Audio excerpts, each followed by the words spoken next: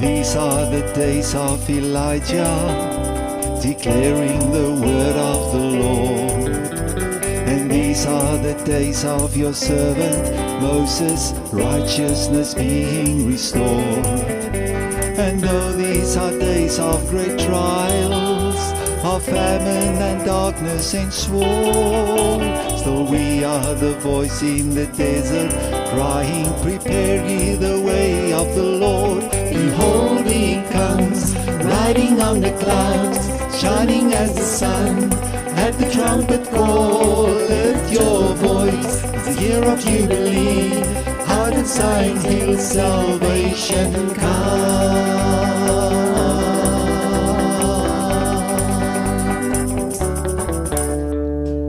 These are the days of Ezekiel, the dry bones becoming as flesh. And these are the days of your servant David, rebuilding a temple of praise. And these are the days of the harvest. The fields are as white as your wool, and we are the laborers in your vineyard, declaring the word of the Lord. Behold, he comes, riding on the clouds, shining as the sun. At the trumpet call, lift your voice. It's the year of Jubilee. Out of Zion's hill, salvation comes.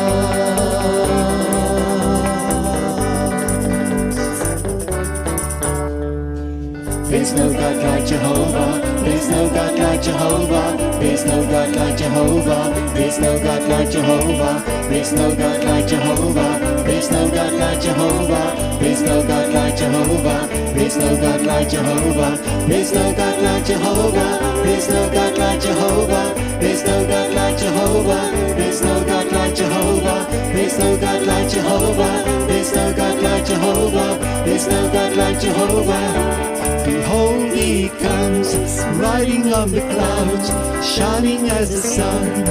At the trumpet call, lift your voice. It's the year of Jubilee. Out of Zion hill, salvation comes.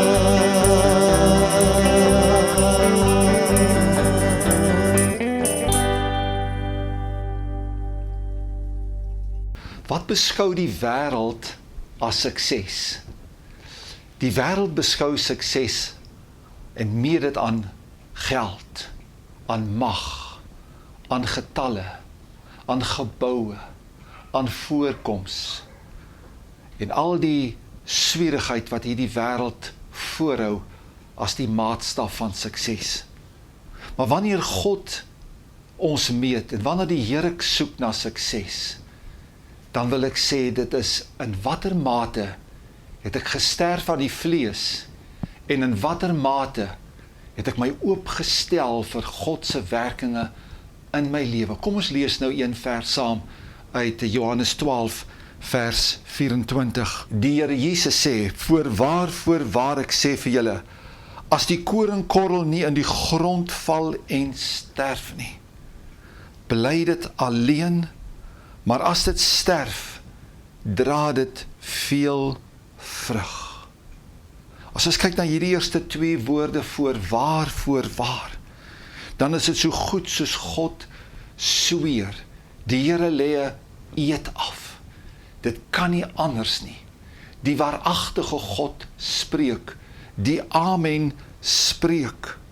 Die God van hemel en aarde, die God van waarheid sê iets. Dis 'n geweldige ding wanneer die Here dit aanhef as 'n inleiding tot 'n sekere uitspraak.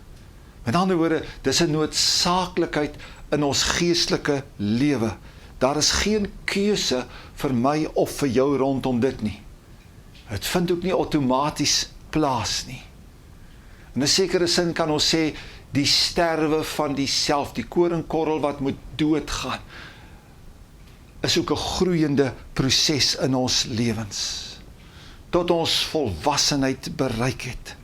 Die sterwe aan jouself, wanneer ons daardie term gebruik, beteken dit nie 'n uiterlike, hierdie buitekantse liggaam wat sterf nie, maar hier binnekant, die vlees waaroor ek beheer het. die volle seggenskap gee aan die Heilige Gees, die volle oorgawe aan die Here. Dis waaroor dit gaan. Prys die Here vir mense wat by wedergeboorte uitgekom het, by mense wat hulle laat doop het, deur middel van onderdompeling in water. Ek glo dis die Bybelse styl, maar dit is bloot net die begin. Daarna moet 'n mens by die plek kom dat jy besef, ek sal nêrens kom, ek gaan nie groei nie, daar sal nie vir my opgang wees in die geestelike lewe, indien ek nie ook sterf aan die eie ek en die vlees en die self. Dis 'n beginsel wat ons lees vanuit die koringkorrel, want uit die dood kom die lewe tevoorskyn. Ek wil vir u lees wat sê die boodskap vertaling van hierdie vers uit Johannes 12 vers 24. Laat ek dit vir julle so verduidelik. 'n Koringsaadjie wat jy nooit saai nie, sal maar net een saadjie bly. Maar as jy dit in die grond saai, verdwyn die saadjie 'n ruk lank. Dan is dit asof dit doodgaan, maar dan kom daar 'n plantjie op en dit dra honderde koringkorrels. Hoe wonderlik hierdie beginsel. Eersdaags gaan die saad weer in die grond gegooi word, geplant word. Ons wag net vir die reën hier in die Swartland. Die vrugbare aarde lê en wag vir die reën wat moet val en die koringkorrels wat gaan val in die grond en wat sal sterwe en gaan vrug dra. Ons mense hier in die saaiwêreld, ons as boere ken dit. En vir baie is dit die grootste struikelblok in hulle geestelike lewe. Dit is te swaar, dit is te erg, dit is te 'n groot prys wat betaal moet word, maar gevolglik geen groei en geen vordering en geen vooruitgang in die geestelike lewe nie. Dis net wonderlik hoe dat in disippelskap, oral waar die Bybel praat van disippelskap, navolgelinge van Jesus, hoe die sterwensbeginsel oral ingebou is. En u kan saam met my blaai na 'n paar teksverse as dit vir u moontlik is. En ek kyk hier in Johannes 14 vers 26. As iemand na my toe kom en hy haat nie sy vader en moeder en vrou en kinders en broers en susters, ja selfs ook sy eie lewe nie, kan hy my disipel nie wees nie. Nou hierdie haat is nie 'n letterlike haat nie, dis maar net 'n manier om te sê dat hulle is tweede geskik. Jesus moet eerste wees. Maar die beginsel van die sterwensproses, ek sterwe selfs aan my familie. Hulle moet tweede kom. Hoe lief ek vir vader en moeder en broers en susters en kinders en vrou mag hê, is hulle tweede wanneer dit kom by disippelskap en Jesus Christus moet eerste wees. En hoe sukkel mense daarmee? Die familie is altyd eerste. Hulle kan nooit 'n diens bywoon nie, want die familie is altyd eerste. Ja, hy sê selfs jou eie lewe. Ek onthou jare gelede, sit ek en oom Willie Hugo by 'n tannie wat ons dienste besoek het. En sy het by die punt gekom dat sy haar ook wou laat doop het deur middel van onderdompeling in baie water na bekering. En ons is daar saam in die huis en die dogter wat eintlik nou die huis bestuur en het, sy is ook daarin. En op 'n ouend toe sê sy, dis nou net soos Hildaatjie sê. En sy kyk na haar dogter en die dogter sê, nee ma, jy laat jou nie doop nie. Dis nou net soos Hildaatjie sê. Wie vader of moeder bo my verkies, bo kan die woord, kan my disipel nie wees nie. Vers 27, en elkeen wat sy kruis nie dra en agter my aankom nie, kan my disipel nie wees nie. Die kruis wat spreek van die sterwe, die kruis wat ook spreek van die stryd wat het gaan meebring, wanneer ek Jesus voluit gaan volg. Ongelukkig is dit so. Dit is onweerlegbaar, dat daar stryd gaan kom, wanneer ek en jy agter Jesus aanloop. Vers 33, kom ons lees daar saam. Hy sê, so kan dan ook niemand van julle wat nie afsien van al sy besittings, my disipel wees nie. Ek praat oor die sterwensproses, in die proses om Jesus se disipel te wees. Te sterwe aan al jou besittings. En hoe belangrik is mense se besittings nie vir hulle nie. Dit word hulle alles, die besittings wat selfs bokant Jesus gestel word. Maar Jesus stel dit duidelik. Ek moet hom eerste lief hê. Hy kom eerste. Anders kan ek sy disipel nie waarlik sy disipel wees nie. In Johannes 13 vers 35, hieraan sal almal weet dat julle my disipels is, as julle liefde onder mekaar het. Liefde vir my broers en my susters, wat 'n teken is dat ons Jesus se disipel is, wat beteken ek sterwe aan die selfsugtigheid om uit te reik na my broers en my susters, en hulle te waardeer en te soek waar ek hulle kan oplig, en hoe ek hulle kan respekteer, en wat ek kan doen om hulle goed te laat voel en op te bou in die Here. Baie sien nie kans nie. Hulle is uit genade gered, maar wanneer ons kom by die sterwensbeginsel, dan is dit, nee, dit is daarom maar te swaar. Ek sien nie kans nie. En daarom sal hulle nooit verdere wasdom in die Here bereik nie. Dis eintlik gevaarlik, want die oomblik as jy nee sê vir disipelskap, as jy nee sê dat die koringkorrel in die grond kan val, bly dit alleen. Dra dit geen vrug. Gaan jy kwyn, gaan jy agteruit in jou geestelike lewe. Die avontuur van disipelskap is weg, want daar's geen uitdagings nie. Jy gaan net stagneer en bly waar jy is, 'n saai, afgewaterde geestelike lewe. Ek lees in Lukas 9 vers 57, hoe hierdie persoon uit sy eie na Jesus kom, en hy sê, Here, ek sal u volg, waar u ook al mag gaan. En Jesus se antwoord, die jakkalse het gate, en die voëls van die hemel neste, maar die seun van die mens het geen plek waar hy sy hoof kan neerlê nie. Wat hy eintlik sê is, onthou as jy my volg, as jy Jesus volg, gaan dieselfde wat met my gebeur het, met jou gebeur. Dit sal vir jou dieselfde prys wees, dit gaan vir jou net so swaar wees. 'n Vrou sê op 'n dag vir my, my man soek 'n kerk, waar het vir hom lekker is, en hy gemaklik kan voel. Sien ek so iets in die woord van die Here, maar dit het die tendens geword van ons dag. Almal soek 'n sagter, breër stoel, en almal soek dit gemakliker, maar die prys van die evangelie en navolgingskap van Jesus bly net dieselfde. Die hoë prys om te sterwe aan die self en Christus Jesus eerste te stel en om na te volg, ongeag wat ook al die pyn en die stryd mag wees. Ja, dit sal vir jou kos, ook eensaamheid en opoffering, gebrek soms aan geriewe, die sterwe aan jouself. Ja, die verlange, as jy in jou hart het, om op te gaan in die geestelike lewe, nader aan die Here te kom, te groei in die dinge van die Here, om deur die Here gebruik te word, wil ek vir u sê, is daar geen ander weg as die sterwe aan die self nie. Dis die sleutel tot 'n geestelike dieper wandel, die sleutel tot geestelike krag in die Here. Hoor wat sê hy daar in 2 Korintiërs 12 vers 9 en vers 10. Paulus sê, wanneer ek swak is ek sterk.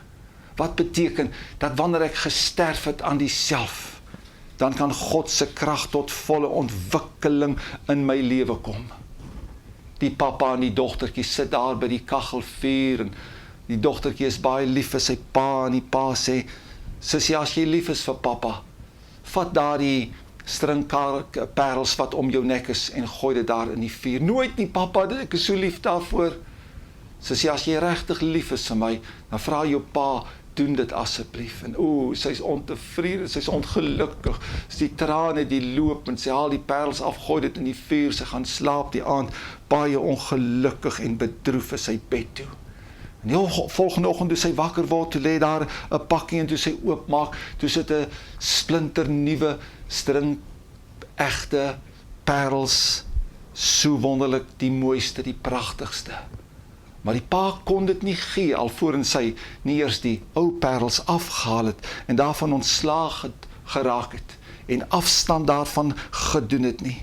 En dieselfde ook met ons. Die koringkorrel moet eers in die grond val en sterf, en daarna kan God groot seëninge oor ons lewe tot stand bring. In hierdie sterwensproses moet ek ook bysê, hou eintlik nooit op nie, voortdurend, daar is altyd keuses om te maak, en dan sê ek weer, ek sterf aan myself, en ek leef vir Christus Jesus. Daar is verseker nou mense wat na my luister, wat in hulle ou dae, of dalk nog, baie gehou het van dans. Nou ek het by die danse gespeel, ek het nou self nie so baie gedans nie, maar ek het die mense laat dans. En dan kom 'n mens tot redding en bekering, en kyk, dan jy al jou skietgoed reg, laat iemand nou net sê, daar's fout met dans. Dan sal jy dit verdedig, so wat jy kan. Maar die jare stap aan, en jy verdiep in die Here, en hierdie begeerte om te dans vervaag, en jy verloor jou lus, en later sal jy dieselfde persoon met 'n revolver nie op die dansbaan kry nie. Wat het gebeur? Gesterwe aan daardie faset van die ou lewe. En baie kom nooit verder nie. Dis die vlees en die gees teenoor mekaar, soos wat Galasiërs 5:17 sê. Die goeie wat ek wil, die doen ek nie, en die kwade wat ek nie wil nie, die doen ek, soos Paulus sê in Romeine 7 vers 19, al is hulle 20 jaar op die pad. Die geweet dat God gaan op een of ander stadium van jou lewe kom vat en klop daar aan die goed wat jy die liefste in jou lewe het. Net soos wat die Here vir Abraham op 'n goeie dag kom sê het, Abraham, offer jou seun, jou enigste seun, die een wat jy lief het, naamlik vir Isak, gaan offer hom op die berg wat ek vir jou sal toon. En so kom daar 'n dag dat die Here kom vat aan die goed wat jy dalk die liefste het, daardie goed wat jy 'n passie voor het. En dit mag wees dat die Here sê, jy moet daai goedjies op sy skuwe. En daardie goedjies is nie tot my eer nie. Ons vra, Here, is U ernstig, wil U regtig hê? As U sê, Here, ek soek U beste, dan is God se antwoord, laat die koringkorrel in die grond val en sterwe. Hoe dink Jesus oor die sterwe? Ek lees in Johannes 12 vers 32 dat hy sê, en wanneer ek van die aarde verhoog word, en hy verwys na sy kruisdood, sal almal na my toe trek. Hy sê verhoog word, sy kruisiging, sy sterwe, sien Jesus as verhooging. En ek en u is mos navolgers van Jesus. Ons is mos volgelinge van Jesus. U moet dit nie net sê nie, u moet dit ook wees. En dan moet u ook so dink soos Jesus oor die sterweproses. Dis verhooging. Prys die Here. Moenie keer as die Heilige Gees nou in jou hart werk en sekere dinge vir jou wys nie. Daar is verheffing, daar is verhooging. Daar is 'n dieper stroom van krag. Wie homself verneder sal verhoog word, sê Matteus 23 vers 12. Die mens veg vir selfbehoud. Markus 8:35, want elkeen wat sy lewe wil red, sê die Bybel, sal dit verloor. Maar elkeen wat sy lewe om my ontwil en om die evangelie ontwil verloor, hy sal dit vind. Hy sal gered word, sê die Bybel. 'n sekere evangelis vertel toe hy 16 jaar oud was en sy pa baie geld gemaak het en op pad was om 'n miljonair te word, kom eendag by die huis en hy sê hy gaan alles verkoop en hy gaan uit hierdie mooi huis uittrek en daarna die armste buurt om daar in 'n klein kerkie te begin werk vir die Here. En nou as seun het gedink, is my pa nie heeltemal meer reg in sy kop nie. Hoe kan hy dit doen? Ons gaan alles verloor, ons gaan ons geld verloor, ons huis verloor, ons regte verloor. En hy het gaan kyk en gesien, dis die armste gedeelte, die eenvoudigste, en die pa het voet by stuk gehou en verkoop, en hy daar gaan werk vir die Here in 'n klein kerkie. En die dag, toe sy pa sterf, het die polisie gesê, wat sy pa gedoen het, vir die gemeenskap en die hoeveelheid siele wat gered is, en mense wie se lewens verander is, en die gemeenskap wat verander het, as gevolg van een man, wat sy lewe kom aflet, soos 'n koringkorrel wat in die grond geval het. Die FBI kon nie vermag en doen wat hierdie man gedoen het nie. Die koringkorrel wat in die grond val en sterf, wat 'n wonderlike oes voortbring. Daar is geen beperkings wat God met my en jou kan doen die dag wanneer ons sterwe aan die vlees en die self. As twee kosbare teksverse. En elke slag as ek daar langs lees, dan sien ek die praktiese waarde daarvan. Handelinge 14:27 en Handelinge 15 vers 4, waar Paulus verslag doen aan die gemeente van Antiochie en later in Jerusalem, en hy sê, wat God met ons gedoen het. Daar die voortsetsel met, nie in ons nie, en selfs nie deur ons nie, maar met ons. Gee vir my die gevoel, hulle was soos 'n gereedskapstuk in die vakman se hand, soos 'n hamer in die skrynwerker se hand, soos 'n saag in die hand van die ambagsman, van die houtwerkman. En so kan ons in God se hand wees, en God doen met ons wonderlike dinge. Wauw, sal dit nie heerlik wees nie? Wanneer ons so kan sterwe aan die vlees, en so diep kan sak in ons eie waarde, en God alles kan wees in ons lewens. Paulus en Demas het geskei op 'n stadium, hulle paadjies het mekaar uitgeloop. Ons lees van Demas wat die teenswoordige wêreld lief gekry het. Moontlik kon Demas dit maak in die lewe. Moontlik kon Demas 'n skeepsmagnaat geword het, vir al wat ons weet. Maar die dag toe hy sterwe, toe sit leeg binne in sy siel en sy gees, mense. Toe besef ek het die beste gemis. Ek het die roeping wat God op my lewe gelê het, gemis. Ek sou beslis nie gesterf het met vrede nie. Ons weet nie, maar dis wat ek kan aflei en aanneem. Paulus daarenteen het soos 'n koringkorrel in die grond geval. Hy was in God se hand soos 'n gereedskapstuk, en God het hom hier gebruik, en God het hom daar gebruik, en toe hy uiteindelik sterf, toe kon hy sê, ek het die wedloop voltooi. Verder is my weggelê die kroon van die geregtigheid, wat die Here, die regverdige regter, my in die dag sal gee, maar nie aan my alleen nie, maar aan almal wat sy verskyning lief gehad het. Paulus kon sterf met vrede in die wete, ek het gedoen wat God van my gevra het, ek het bereik wat God van my gevra het. Hoor wat sê hierdie selfde man Paulus in 2 Korintiërs 4 vers 17, as hy sê ons ligte verdrukking bewerk vir ons 'n alles oortreffende ewige gewig van heerlikheid. Hoor wat sê in Romeine 8 vers 18, dat die lyding van die teenswoordige wêreld weeg nie op teen die heerlikheid wat aan ons geopenbaar gaan word nie. Jy moet nie daar sit en dink, oeg, dis so swaar nie. Ja, dit is swaar, maar die heerlikheid wat wag aan die ander kant is 'n miljoen keer wonderliker en beter as die tydelike ou bietjie stryd wat ons hierdie kant het. Wow. Dis nooit maklik nie, vriende. Dit wil ek vir u sê. Elke keer wanneer jy weer diep moet sterf en diep moet nadink en sê, Here, ek gaan deur met u. Here, ek kies om die pad te loop van die koringkorrel en te sterf, want as ek nie sterf nie, bly ek alleen, is daar geen vrug nie. 2 Korintiërs 4 vers 10 sê, gedurig dra ons die doding van die Here Jesus in die liggaam om, sodat ook die lewe van Christus in ons liggaam openbaar kan word. Wat is die ideaal? Waarheen moet ons op pad wees?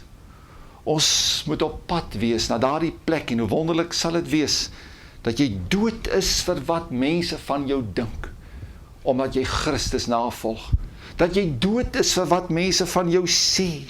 Dood is vir die stories wat hulle van jou kan versprei, omdat jy Jesus volg.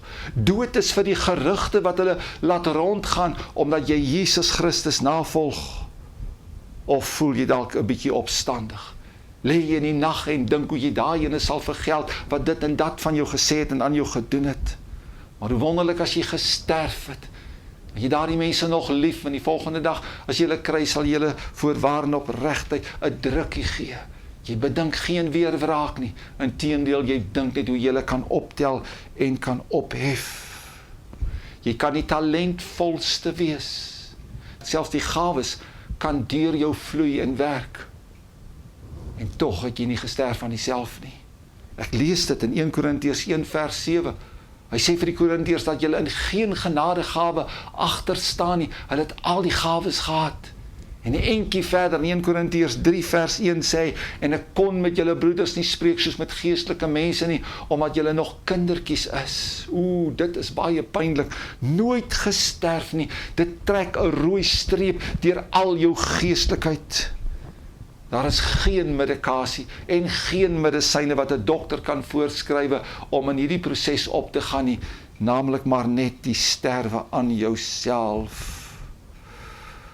Nikkie van der Westhuizen het jare gelede by Pinkster Park vertel, en ek onthou dit so goed, van hierdie dame Charlotte. Sy het viool gespeel en wonderlik viool gespeel, maar sy op 'n dag het sy in 'n visioen 'n gesig gesien hoe dat daar 'n draad is tussen haar en die ander kant.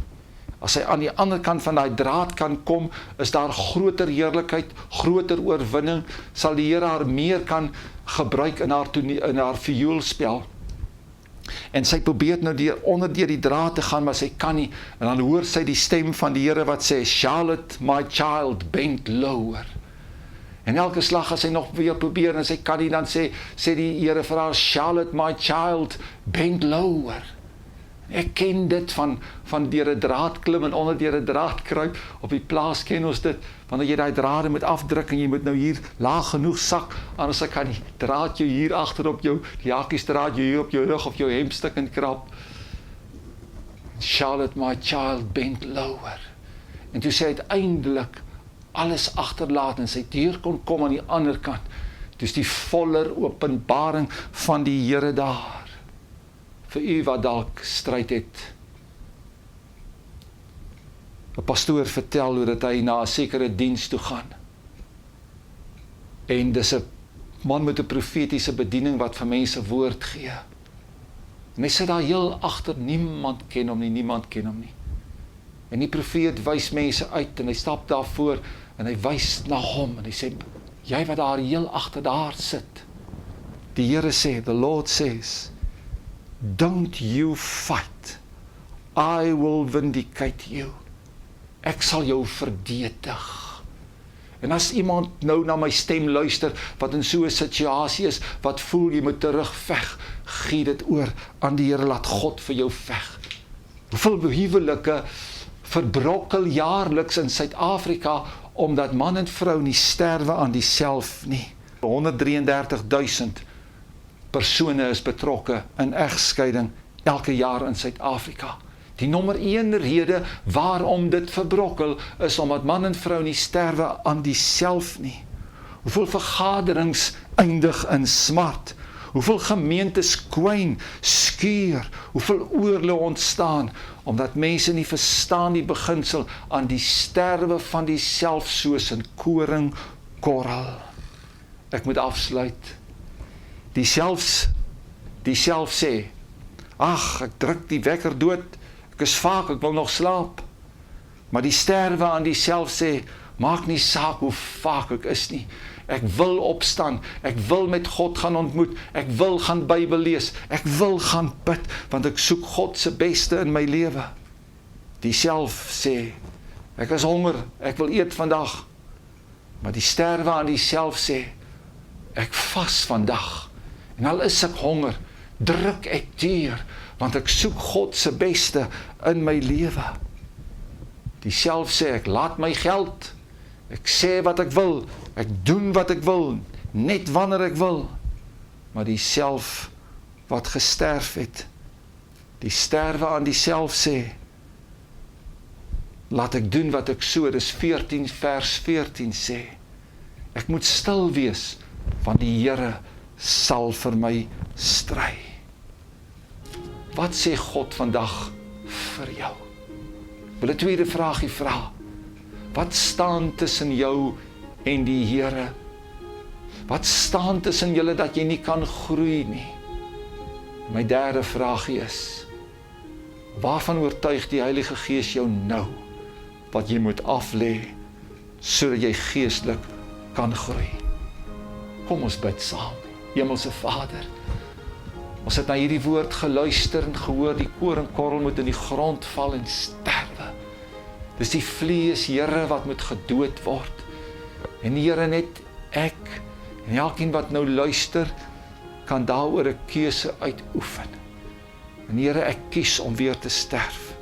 En ek bid nou, Here, vir elkeen wat dieselfde besluit in sy of haar hart neem, om te sê, ek sterwe aan diself, en ek leef vir Christus Jesus.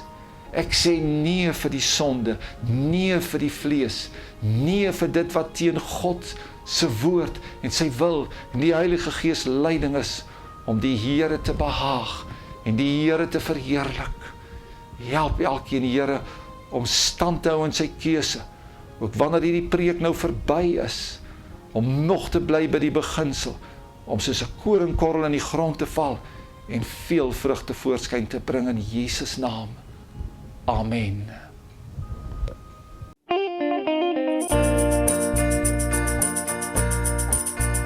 Ons is almal saam in Jesus naam, om U te loof, o Heer. Ons is almal saam in Jesus naam, om U te loof, o Heer.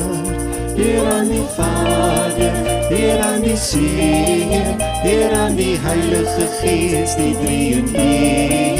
Heer aan die Vader, Heer aan die Seun, Heer aan die Heilige Gees, die drie in een. Halleluja, halleluja,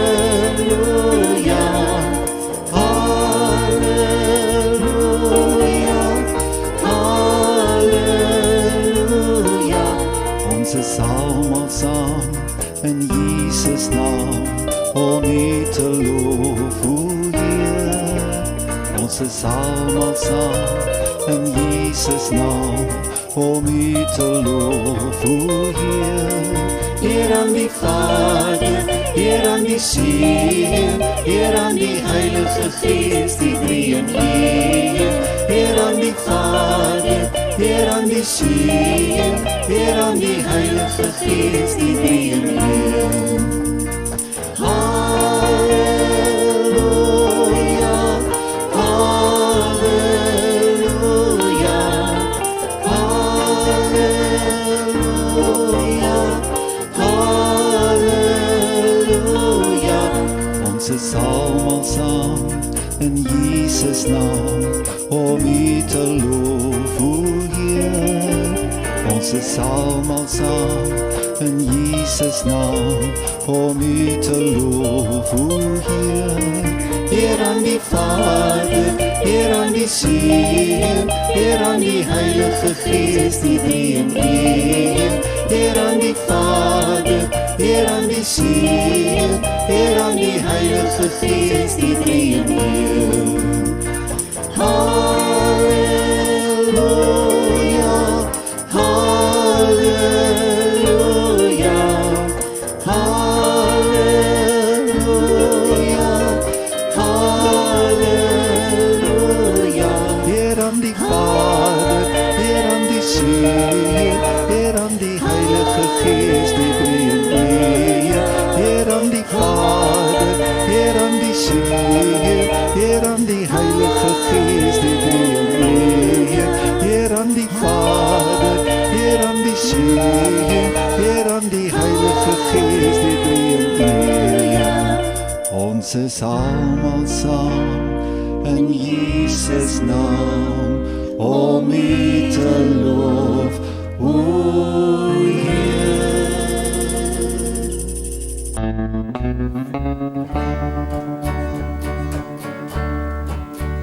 With my whole heart, I will love You with my whole heart.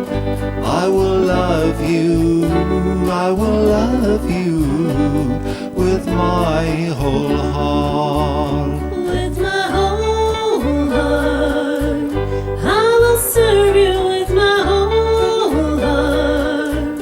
I will serve You, I will serve You with my whole heart. With my whole heart, I will praise You with my whole heart. I will praise You, I will praise You with my whole heart. With my